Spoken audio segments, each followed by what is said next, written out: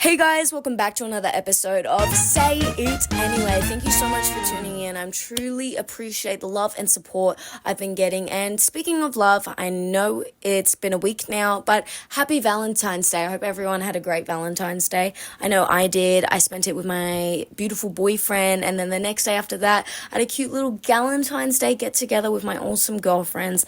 I think I still have some paint on my hand. I don't know about you guys, but I just don't find painting soothing. I genuinely think it's just because I'm super bad at painting, but it's just because I'm bad at painting, like legit. My friends can draw full-on great self-portraits while I can only draw a stick figure. So, yeah, but my first topic I want to talk about is love. Because I feel like with Valentine's Day, every year that there's this pressure, if someone isn't buying you flowers or isn't posting you, there's this like feeling of uncertainty and unworthiness. And honestly, I feel like I used to think that. I used to genuinely think that. And I feel like Valentine's Day was proof whether you were loved or not. But I think that's the complete opposite. I think Valentine's Day isn't just about having a significant other. I think it's definitely about the people around you. Okay? 100%. The people that are there for you when it's hard, that's the people that love you. The people that show up for you when it's hard, that's the people that love you. And I am honestly extremely grateful to say that I definitely have that. And I want to thank my parents so much because they taught me that Valentine's Day isn't just about a significant other that buys you roses and buys you chocolates and, gives you a kiss, okay? Because every year, ever since I can remember, my parents actually did this special little tradition where my dad and my mom would buy me a cute little Valentine's Day gift. And this present is from 2019. And I still have it and I still love it. And I can personally say my dad was the first ever man to buy me flowers. So that's really cute. And I just want everyone to know that whether you had a partner or not, you're still loved and you're still worthy. And there's so much time out there and you don't need a significant other to fulfill you. We don't. And that's why I want to say platonic relationships are so much stronger than a relationship. Dare I say that? I know I'm in one. I know I'm sorry, Jacob, if you're watching this, but I have to say a platonic relationship, my best friends, I love them so much. And not even in a physical way. I would do anything for my girls, honestly. And that's the love they have shown me. That's some of the deepest love they've shown me that I've ever experienced is from my best friends. It's from my friendships. Honestly. And I know that's crazy to say, and I know it's maybe like something that's not really spoken about enough, but I think platonic friendships are truly the strongest form of love. So that being said, if you didn't do it this year, plan a Galentine's Day with your friends now for next year, because trust me, the Galentine's Day that I had, it was truly amazing. No, but honestly, I'll say it once and I'll say it again. Platonic love is underrated. We talk about heartbreak from relationships, but we don't talk enough about friendship heartbreak. And I think that in itself is the most excruciating pain. Honestly, like I've definitely lost friendships. It happens. And sometimes you outgrow people, and that is completely normal. Sometimes everyone is growing. Everyone is developing. If they choose not to be your friend, or if you choose not to be their friend, or if all this time, there's something. Honestly, there's people that I've lost that I still care about. That's the thing with platonic relationships, or even relationships with somebody. But I don't know. For me, especially when I hold love for someone for such a long time and, we have this big friendship and it breaks up, part of me will still always miss you. part of me will still always remember you and remember all the good times we had. Or you're in my room somewhere. You know what I mean? My room, even the little posters on my wall, or the little like trinkets or something like that, or little tags, or like little pieces of paper. There's always there's a memory behind it. You know what? You can really hate someone and really, choose, hatred. But in hindsight, I think something that I've learned to do is really remember the good things and move on and forgive, because it's honestly not doing anyone service. It's not doing anyone service to hold grudges. And I know, that sounds crazy for me to say. I used to be a big grudge holder till the day I died. I do forgive, but I don't forget. But I feel like as I've been talking to people more and, getting, professional help, forgiving is the best thing you can do, because you're not just forgiving that person, but you're forgiving yourself, and you're helping yourself, and you're de-stressing from that. So if you're in a situation and you've potentially lost, you've outgrown someone, I like to say outgrown, or, outgrown each other. So no one's the problem, okay? No one's the problem. The best you can do is move on and forgive. Forgive and move on, okay? Because in hindsight, your life is like a train. This is the best analogy I like to use, the best analogy that I give to people when someone's just lost a massive friendship or relationship. Your life is like a train, and it's constantly moving, and you're constantly on that train. You are the train. And people come and people go. Some people stay forever on that journey for you. Some people stay for a long time. Some people you thought would stay forever. Some people that just come on and get off at the next stop. See what it's like? Come in, get off at the next stop, okay? And sometimes that can be a good thing or a bad thing, because that person that just came on could have left the train really dirty. Or those people that are screaming on trains. They could have been screaming on trains, overwhelming the train, overwhelming the people around you, and overwhelming the mind. So it's a good thing to let go. Yeah, sure, they were fun. Yeah, sure, you got to do this. And that's why you hold on to the memories. That's why you hold on to that. And you forgive, you let go, you clean up the rubbish that they left on the floor, and you just keep on going to your next destination. Because guess what? I guarantee you more people will come into your life. Better people will come into your life. Maybe sometimes even worse, but we always hope for the better, okay? We always keep on having to strive for success and greatness. And continuing on to the conversation of love, I know I get sidetracked all the time, but we were talking about friendship, so I thought I would add that. But especially in high school, love can feel so confusing. Not just romantic love, but love for yourself, love for your life, love for where you're going, honestly. Honestly, I'm not even kidding. I'm in year 12 now. It's like my third week now.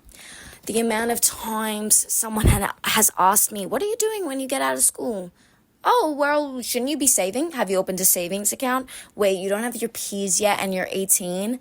The amount of judgment I've gotten, or the amount of questions like I've gotten, but you know what I've chosen? I've chosen to not let that affect me, because some people, I know it's hard to say, but some people are just doing that out of love for you, even if they might not approach it nicely. I know some of my family members definitely have a habit of doing that, and that's where I've learned that. Definitely. Why aren't you studying? They're doing that out of love. Trust me. Learned that the hard way. But honestly, I'm going to be honest. Everyone looks like they have everything figured out. Heck, I probably sometimes look like I have everything figured out. But you know what? Everyone is guessing. Everyone. I bet some of my teachers are still guessing what they're going on, because there's definitely some people that want to do something different. 100%. And I think in itself is the biggest closure I can get, is the biggest closure, that no one knows what they're actually doing. No one knows what's going on. You never know. You could go to uni and study this thing that you said you were always going to be. Say if I wanted to be a lawyer. Everyone says I should be a lawyer. I don't know if I want to be a lawyer. I have no idea. I love people. I love protecting people. I love standing up for people. Literally, one of my mottos is stand up for what you believe in, even if you're standing alone. And 100%. And always look out for people. That's my motto. And I just love people. I want to do something like that. I want to do something with people, 100%. So like everyone's always like, you be a lawyer. That'd be great money. But just imagine if I went to uni and studied that for how many years, 5 years, let's just say, and I decided, you know what, I don't want to do this. I don't want to do this.